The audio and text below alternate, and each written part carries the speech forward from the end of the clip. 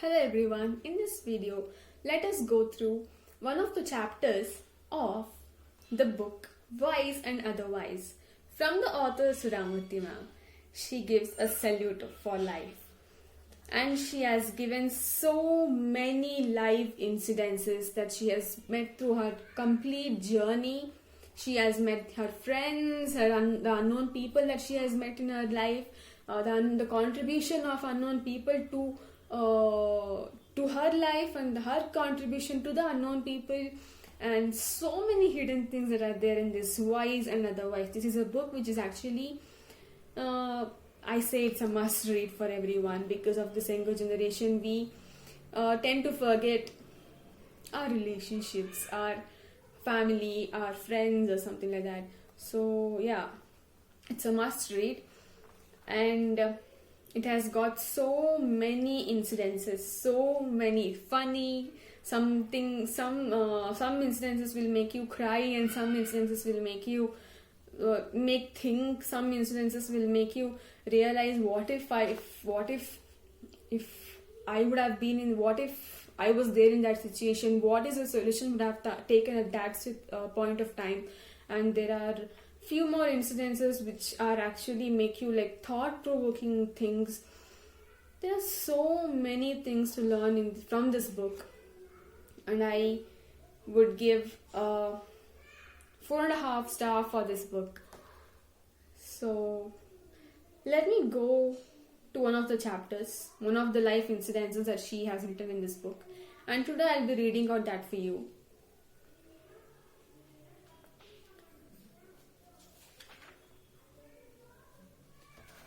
There are so many things. There are, like, what can I choose?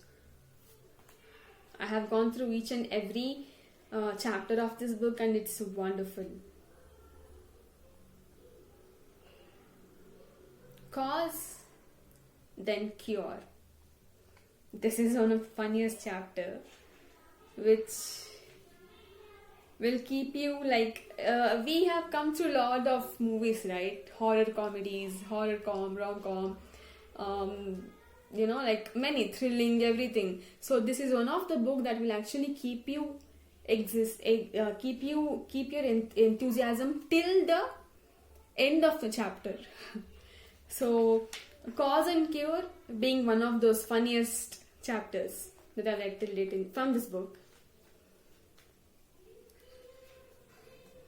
There, she actually precisely mentions that from each and every person there is something to learn from each and every one. Each and every one that you see, each and every one is unique in their own ways. What she wants to convey the readers is what I personally felt after reading this complete book.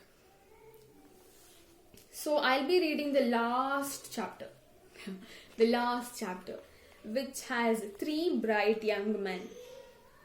Many years ago, Sudhamurthy ma'am. Here I'll be referring Sudhamurthy ma'am as I, because that's what is written in the book. Many years ago, Sudhamurthy ma'am, I was the chief guest at the function. This was held in a hostel for poor students that has built by a philanthropist. Food and shelter were free, but students had to bear other expenses like tuition and clothing. In my younger days, I have come across many families who would look after students who were economically backward, but otherwise bright. There was many students who were actually economically backward, but they were bright in their studies or in their curricular activities or something like that. They used to help them with their fees or clothing, and often with their food as well. In those days, most colleges were located in larger towns. Many poor students who came to study in these towns used to stay with their families and would be treated as a part of family. The woman of the house considered this as a good deed and helped the poor students wholeheartedly. Today, the situation is different. Even smaller towns have schools and colleges, so this custom was disappeared. While I was sitting on the dais, I remember the person congratulated the person who had built the hostel, and I was the good deed and of great help to many students. The hostel security told me about some of the students in the hostel who had secured ranks but had a problem paying their tuition fee. He said, "Ma'am, this year we have 3 students from different disciplines who have secured ranks. All of them were of extremely poor families. They have 1 more year to complete their degrees." What are they studying? One is in the medicine, the second is in the engineering, and the third is in the commerce. Can I meet them after the function? The function went as usual. Often at such functions, too much praise is lavished on the chief guest. Sometimes they even make exaggerated and false claims about the chief guest. I feel this unnecessary praising is just a form of corruption where people are usually fooled. It also encourages those who are praising to develop an inflated opinion of themselves. That's why in 12th century in Karnataka, the great revolution leader Basaveshwara warned in his teaching that praise is like golden gloves. After the function, I met those 3 poor bright boys whom our secretary had told me. They were a little puzzled, shy and nervous. All of them had the same story: father in small job, unable to make ends meet, and large family in the village, no land or nothing other assets. Only sheer determination to excel in studies had brought them here all odds. You can't help, there are actually few students who cannot afford their studies. I feel sorry for them. There are many parents who struggle to give their children a best of education with tuitions, coaching and plenty of books, but here these were eager, hard-working students who were struggling to pay their fees. Perhaps Saraswati, the goddesses of learning, liked them. Please call me in June. I will help you with your fees, I promised. They did not expect this, and I could see the happiness on their faces. As they promised, I paid their fees and forgot about the whole incident. Some years later, I was going abroad and wanted to buy a sari for a friend who was actually living there, and I remember it on the way to the airport and stopped to a sari shop on the way. It was lunchtime, so hardly anybody was on the shop. Of course, right? It was very quiet, and I was in a very hurry. I quickly selected a saree that was actually on display and asked one of the salesmen to pack a similar one and get me the bill. Suddenly, the young gentleman appeared from the back of the shop. He was well dressed, charming, and sophisticated. He smiled at me and invited me to sit in his office. I didn't know who he was. I thought he might be one of my ex-students. Many a time, I can't remember their names, particularly if they were in the undergraduate classes. I stepped into his office, and he was well furnished, fresh cut flowers, marble flooring, latest modern artwork on the walls, electronic gadgets, and the whole works. In a nutshell, it was an affluent office. I'm in a hurry to go to the airport. I wanted to pack immediately, I told him. I opened my purse and gave him the money for the sari. I didn't sit down, and instead I insisted that I must leave immediately. The young man smiled and said, "Please sit down, ma'am. Your packet will be ready at any moment." I wondered when this young man has passed out of our college. "Which year did I teach you?" I asked, trying to place him in a batch that I had taught. "No, ma'am, I'm not your student, but you know me." "Yes, I met you a few years ago in the student hostel. I was unable to remember him. You had come there as a chief guest. He reminded me I met you with two of my friends. You paid my final year BCom fee. Now did I remember him? He had been one of those bright-eyed and nervous by young boys of so different from what I saw today. I felt happy. What are you doing now? Ma'am, I'm a manager and partner in this sari shop. God is very kind. We are doing good business. Where is your family? I'm married and settled here. My two brothers are students and I live with them. My two sisters are married. My parents are very unhappy. We are very happy. And by then my packet had been delivered to me and I got up to leave. He came right up to the car to say goodbye.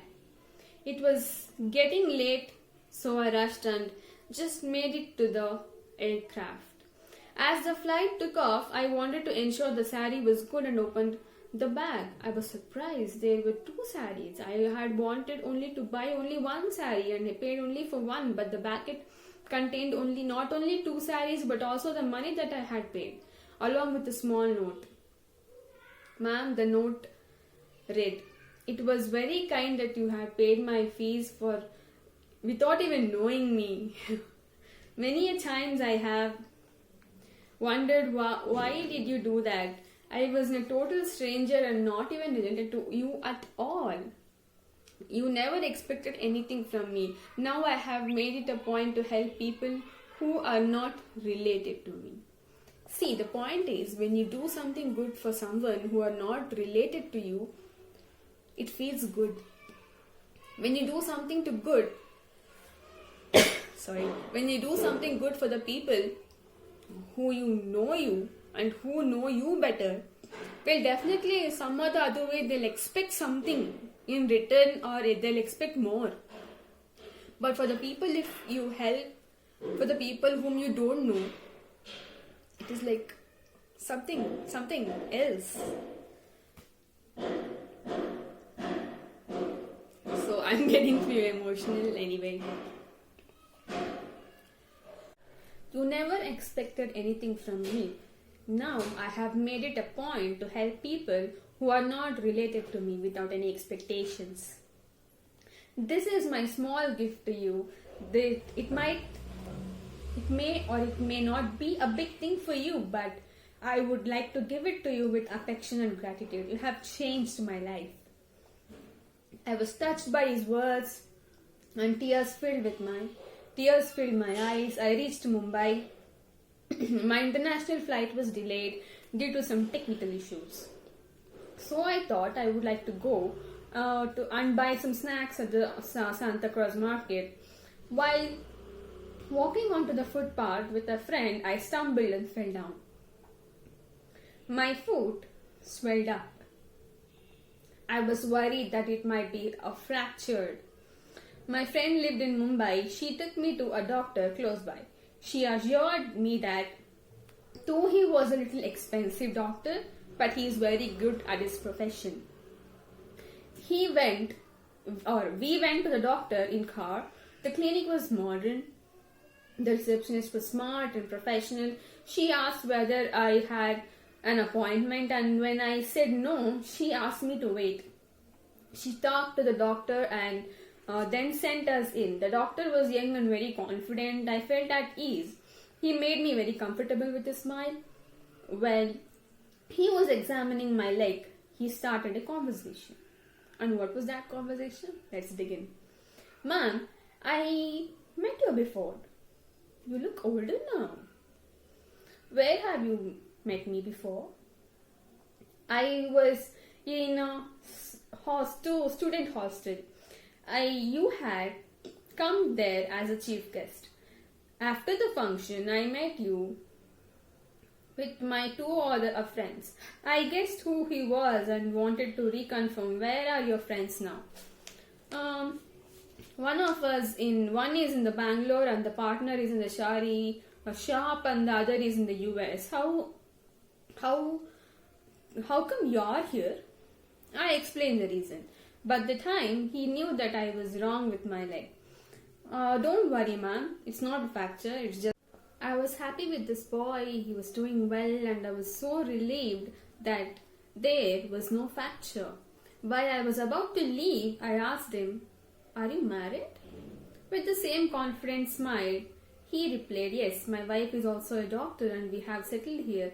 Then he called the next patient in. When I came out, the telephone on the receptionist's desk was buzzed. Probably the doctor was talking to the receptionist.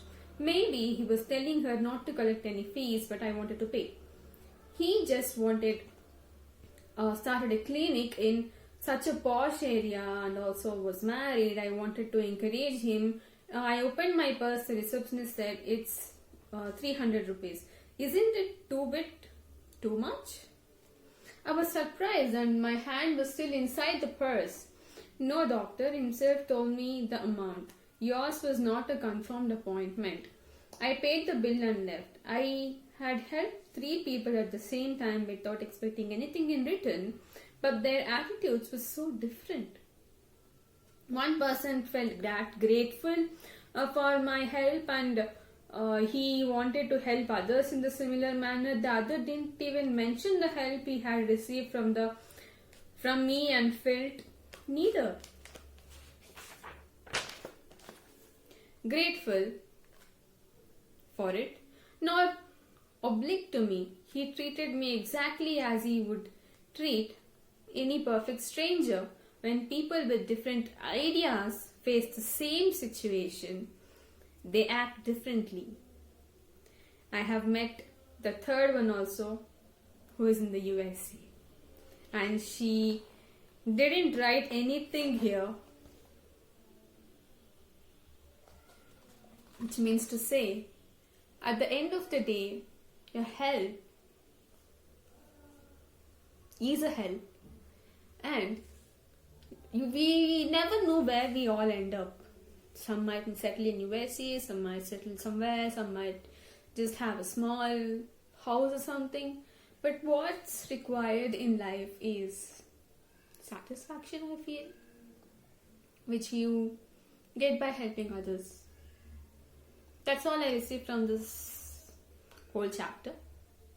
And when people with different ideas face the same situation, they act differently. This is something thought-provoking, isn't it? That's all for today, and thank you.